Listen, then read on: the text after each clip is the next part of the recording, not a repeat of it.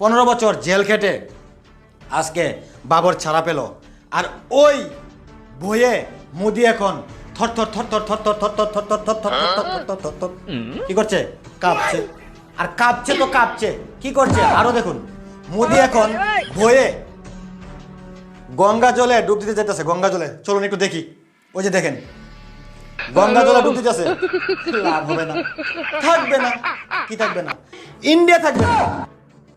কারণ মোদি যদি গঙ্গা জলে না আরো যদি কোথাও গিয়ে ডুব দেয়, কাজ হবে না। কারণ একদিক দিয়ে চীন অল্প অল্প অল্প অল্প অল্প করে কি করছে?